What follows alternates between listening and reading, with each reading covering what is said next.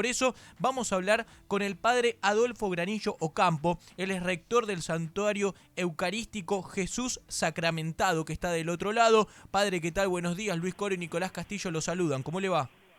¿Qué tal, Vic? ¿Qué tal, Nicolás? ¿Cómo están? ¿Bien? Espero que muy bien. Bien, gracias Buen por día. estos minutos. Y como decía recién, ¿no? Queremos entender un poco más de Francisco, pero muchas veces nosotros nos quedamos en el análisis argentino de qué Mm. fue Francisco para, no solamente para la religión católica en la Argentina, a nivel político, por supuesto, porque no dejaba de ser un jefe de Estado, porque era quien comandaba la ciudad del Vaticano, en definitiva, pero a nivel internacional uno empezaba a ver otras repercusiones. Digo, ayer Donald Trump habló, por ejemplo, de él. Vladimir Putin también habló del sumo pontífice. Me parece que hay un análisis que tenemos que entender, en definitiva, que nos traspasa a los argentinos. Sí, absolutamente. Francisco fue un líder global, mundial, con una influencia enorme, no solamente en el ámbito de la Iglesia Católica, sino también en el mundo entero en todos los aspectos. ¿Verdad? Es un hombre que se jugó por una manera de mirar el mundo y proponer un mundo mejor, buscando justamente transmitir valores perennes que nos afecten a todos para bien.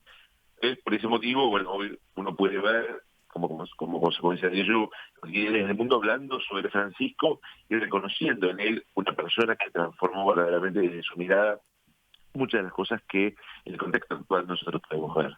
Nosotros como argentinos siempre tenemos ese riesgo de no dejar, como decía el arzobispo de Buenos Aires hace unos días, no dejarlo a Francisco ser Francisco y tener también una mirada muy doméstica sobre Bergoglio y que opaca de alguna manera en algunos aspectos lo que significa la universalidad del rol pastoral de Francisco y de su incidencia en el mundo. Ujú. Por cierto, como vemos en lo que está ocurriendo hoy día, en las expresiones de los líderes del mundo, justamente allí está el reconocimiento de una persona que cambió en muchos aspectos de la vida general, no solamente de las cuestiones de fe, sino también de la visión política también de Francisco, ¿no? Y su incidencia.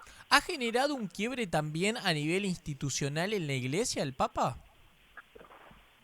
Bueno, él innovó en algunos aspectos en cuanto a la mirada sobre algunas realidades que por ahí bueno, no estaba la iglesia habituada a tratar del modo como lo trató Francisco. Tuvo una actitud de mucha apertura y de inclusión, no porque no estuviese eso presente en la doctrina de la iglesia, sino porque él expresó de un modo práctico a veces algunas cuestiones que todavía estaban medias adormiladas. Entonces, todo lo que uno puede escuchar también sobre esto de que todos se sientan parte, pero haciendo de esa expresión un hecho concreto, ¿no? Haciendo Ujú. que efectivamente todas aquellas personas que por ahí se sentían excluidas o se sentían marginadas incluso de la misma iglesia, puedan sentirse verdaderamente parte fundamental también, ¿no? Parte ineludible, parte de la gran familia de Ciudad Unidos, que es muy diversa en sí. Así Claro. que él especialmente resaltó esto e hizo que su magisterio, su enseñanza, se transmitiese a través de toda la iglesia a todo el mundo, ¿no? Ujú. Eso es algo muy valioso, se la jugó por una mirada también que tiene que ver con todos estos ingredientes que puedo mencionar, y realmente hizo un gran cambio en ese aspecto. Sí, y ahora pensando en su sucesor, ¿cree que la iglesia continuará este camino? Yo entiendo que hay una cuestión de fe, por supuesto, donde se dice el Espíritu Santo es quien elige en definitiva al Papa, pero también uno cree que hay ciertas conversaciones que ya a partir de ahora, a partir de la reunión que se espera en Roma de los cardenales, que empiecen también a discutir cuál es la iglesia que se viene para los próximos años, porque también entiendo que la iglesia es un lugar y un momento en un mundo también que ha cambiado. Ujú. Sí, totalmente. Evidentemente las reuniones de los cardenales, las reuniones previas al cónclave, hacen justamente que, bueno, que se puedan hablar todas las cosas que son por ahí parte de las preocupaciones fundamentales de la Iglesia y cómo atender pastoralmente la realidad de hoy. Ujú. No obstante ello, bueno, siempre el Papa es elegido no al modo como se eligen los gobernantes del mundo, sino, como vos decías recién, con la existencia del Espíritu Santo, para elegir justamente la persona que debe conducir la Iglesia en estos tiempos, ¿no es cierto? Más allá de lo que uno pueda pensar que es conveniente. Cada papa tiene sus características propias y aporta justamente en su conducción pastoral de la Iglesia en el mundo entero todas las características a través de sus carismas propios. Entonces estoy segurísimo que el papa que venga, sea cual fuera que sea, seguramente va a tener esas mismas características, va a darle su impronta a través de sus carismas propios al pontificado que inicie, y entiendo que mirará la realidad global en donde la Iglesia se hace presente, de un modo también teniendo en cuenta las particularidades del mundo actual, sin Claro. renunciar a la doctrina, pero mirando también con una mirada pastoral, ¿no es cierto?, a las realidades tan complejas que presenta el mundo de hoy. Ujú. Padre, bueno, nosotros conversábamos también ayer justamente en los homenajes al Papa Francisco. Todos tenían una historia, bueno, con el Papa Francisco, con Bergoglio.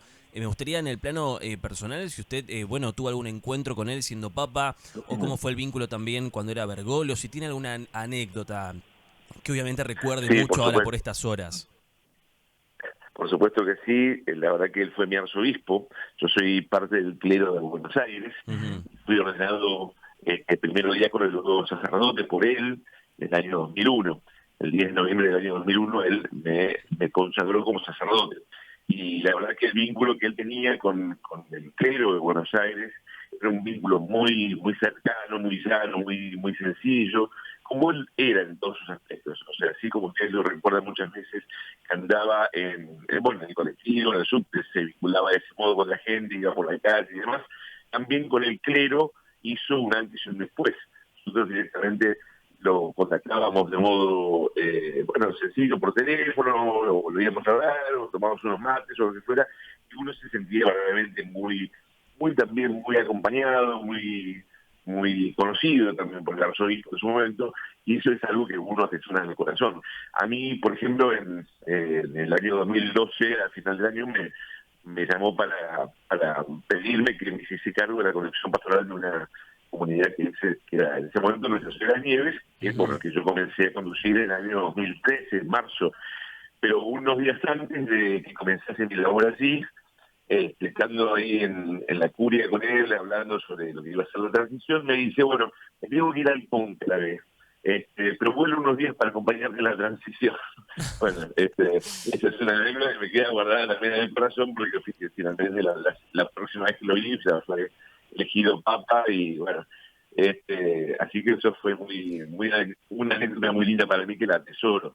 Y también otra que guardo profundamente en el corazón fue esto, ¿no? Que el día 19 de marzo del mismo año 2013, cuando estaba terminando un día tan importante como fue la inauguración solemne de su pontificado, me suena el teléfono a la tarde aquí en Buenos Aires y me encuentro al otro lado al Papa que me estaba haciendo un chiste como los que me hacía cuando hablábamos por teléfono. Entonces, uno dice, bueno, yo no lo podía creer, imagínate que te llamé el Papa por teléfono, ¿no? Es una cosa realmente imposible de considerar anteriormente. Bueno, y ahí Claro. estaba él llamándome por teléfono para ver cómo me había ido la transición en la nueva comunidad parroquial. Entonces, esos son los detalles que Bergoglio como papa también seguía teniendo, y bueno, y que hacían de él una persona distinta realmente, ¿no? Claro. Con el paso del tiempo vamos a valorar más que Bergoglio no haya retornado a la Argentina como el Papa Francisco y lo vamos a entender también. Yo creo que sí. Yo me pregunté igual que todos, ¿no es cierto?, cuál sería la razón, ¿no? Yo entiendo que, bueno, habría varias razones y algunas también que uno desconoce, ¿no? Y que por ahí formaba parte de sus consideraciones más profundas y por alguna razón, digamos, decidió este asunto, ¿no? Pero lo que sí me queda absolutamente en mis convicciones es que él amaba a la Argentina y amaba a su pueblo argentino. Ujú.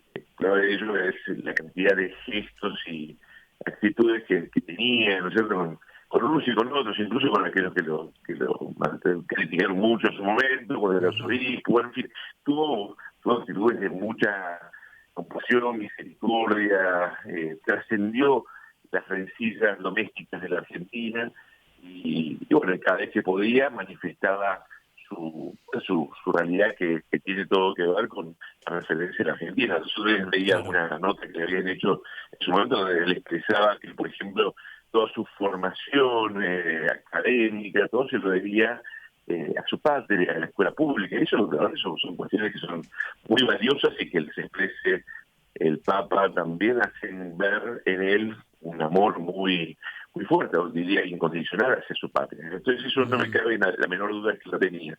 Ahora, después, por supuesto, las razones más íntimas después de su cuestión del viaje, bueno, eso quedará para preguntárselo cuando, si Dios quiere, nos reencontremos cara a cara ante la presencia de Dios.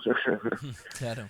Padre, usted comentaba que tenía un vínculo cercano en su momento con el arzobispo de la ciudad de Buenos Aires, con Jorge Mario Bergoglio, luego también él siendo ya el Papa Francisco, con lo cual quizás usted entendía un poco su visión de las cosas. ¿Usted cree que le quedó alguna deuda pendiente en cuanto a su gestión al frente de la Iglesia y que quizás eso podría, digamos, retomarlo su sucesor? ¿Cuáles serían las deudas pendientes del Papa Francisco frente a la Iglesia?